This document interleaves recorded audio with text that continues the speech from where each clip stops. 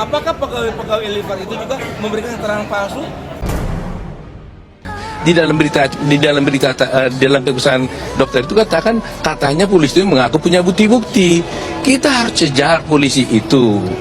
Dari mana bukti-bukti itu? Kalau benar yang membunuh umpamanya, kalau benar, ya tentunya kasihan Jessica dong. Polisi ini yang dimaksudkan penyidik atau siapa? Kita nggak tahu. Rangga yang tahu. Karena itu pernyataan Rangga, bukan pernyataan saya. Kalau dia memberikan keterangan palsu dalam persidangan, dia kena pasal 242, ya kan? Nah, karena Jessica sendiri tidak melakukan apa-apa, ya kan? Dan pertimbangan yang dipakai oleh hakim adalah CCTV, ya. Dan gelas dikuasai yang gelas dikuasai lama itu adalah yang barista, ya, yang mengantar, ya. Nanti penjelasan itu ada, gitu. Jadi kemungkinan menurut saya akan terjadi itu. Aziz Sair bukan saudara? Bukan. Loh, kok tadi saudara bilang saudara yang membuang? Itu kalau emang ada isinya. Kalau misalnya penyampaian yang langsung ke saya yang buang. Jangan kalau ada isinya. Tadi sudah jelas disampaikan. Setelah itu dibawa oleh Triono, saudara lihat sudah kosong. Ini berbelit saudara. Saudara bilang tadi ada membuang air dari teko, sisa daripada air yang dari meja 54. Ini membingungkan. Ya. Nah, begini. Bagaimana saudara bisa pastikan bahwa teko yang kau ambil di pantry itu ada teko yang dipergunakan oleh Agus Triono untuk menuang di meja 54? Kalau itu saya kurang tahu. Pokoknya saya ngambil dari ini, dari pantry, langsung saya pindahin ke Teko bar. yang ada di tempat saudara ada berapa? Ada 2. Pada saat saudara mengambil di pantry satu teko yang lain di mana terletak? Di atas saya. Apakah benar sih Jessica ini adalah pelakunya? Kan itu kan problemnya. Dan memang beberapa kejanggalan-kejanggalan, petunjuk-petunjuk yang mungkin ya. Dan Pak Otto itu memang senior lawyer yang hebat ya buat saya ya, karena sampai detik ini pun masih berusaha mencari keadilan. Ya, tapi alat buktinya, kalau kita lihat alat buktinya adalah yang dimaksud dengan sianidanya itu apakah ada sianidanya, kan gitu kan? Tidak ada kan ya. Nah, waktu dimasukkannya apakah benar-benar terlihat dari sisi itu? Nah, itu yang kita masih bertanya-tanya. Bukan saya aja, tapi semua orang pun di media pun bertanya. Kenapa Darmawan Salihin Bapak tuh memunyikan barang bukti, ya? Nama Rangga, seorang barista di Cafe Olivier, kembali terseret dan diduga memberikan keterangan palsu atau berbohong saat persidangan. Kontroversi kasus Jessica Wongso sedikit demi sedikit mulai terbongkar. Tim kuasa hukum Jessica Wongso mulai mengambil langkah dengan melaporkan pihak-pihak yang diduga melakukan penyimpangan dalam kasus ini. Terbaru, pegawai Olivier menjadi incaran tim kuasa hukum Jessica Wongso untuk ikut dilaporkan karena memberi keterangan palsu di persidangan. Sebelumnya, tim kuasa hukum Jessica Wongso telah melaporkan oknum hakim berinisial BG dan pria berinisial DS. Dan masih banyak orang yang akan dilaporkan oleh tim kuasa hukum Jessica Wongso.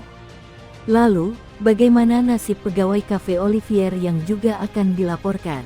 Menanggapi hal tersebut, Hidayat Gultom, salah satu tim kuasa hukum Jessica, mengatakan bahwa pegawai Olivier pasti akan diperiksa penyidik. Ada pasal 242 memberikan keterangan palsu dalam persidangan. Apakah pegawai Elifer itu juga memberikan keterangan palsu? Kita belum tahu. Tapi nanti kita akan kaji, ya kan? Dikarenakan apa? Saya bilang, Jessica tidak ada pada saat dia melihat yang tidak ada yang melihat. Dia semua pegawai Elifer, ya, tidak ada yang melihat Jessica menggunakan racun. Itu pertama, ya kan? Dan dia menjelaskan semua penyampaian dalam persidangan, ya kan? Dia tidak tahu menau. Jadi artinya ada kemungkinan pemeriksaan nanti akan berjalan, ya, penyidikan akan dipanggil pegawai-pegawai Elifer itu. Kalau ini yang dilakukan kita tadi melaporkan ke Humas, ya kan, akan menjadi proses jadi penyidikan, ya kan, dan akan memberikan satu penjelasan ya kan akan menyebut ya kan kenapa Darmawan Salihin tuh memunyikan barang bukti ya. Nah, kita juga meragukan tentang karena ada pasal 242 memberikan keterangan palsu dalam persidangan. Apakah pegawai Oliver itu juga memberikan keterangan palsu? Kita belum tahu. Tapi nanti kita akan kaji. Ya kan dikarenakan apa saya bilang? Jessica tidak ada pada saat dia melihat yang tidak ada yang melihat. Kuasa hukum Jessica Wongso, Hidayat Bustom menjelaskan bahwa dalam waktu dekat, pegawai Cafe Olivier akan diperiksa untuk memastikan benar tidaknya keterangan yang disampaikan pada saat di persidangan 2016 silam. Sebagaimana pada pasal 242 yakni, terkait dengan memberikan keterangan palsu dalam persidangan, kuasa hukum Jessica Wongso ingin memastikan kebenaran di balik keterangan dari pegawai Cafe Olivier. Maka dari itu, Hidayat Bustom menyampaikan, akan mengkaji ulang terkait keterangan pegawai Cafe Olivier.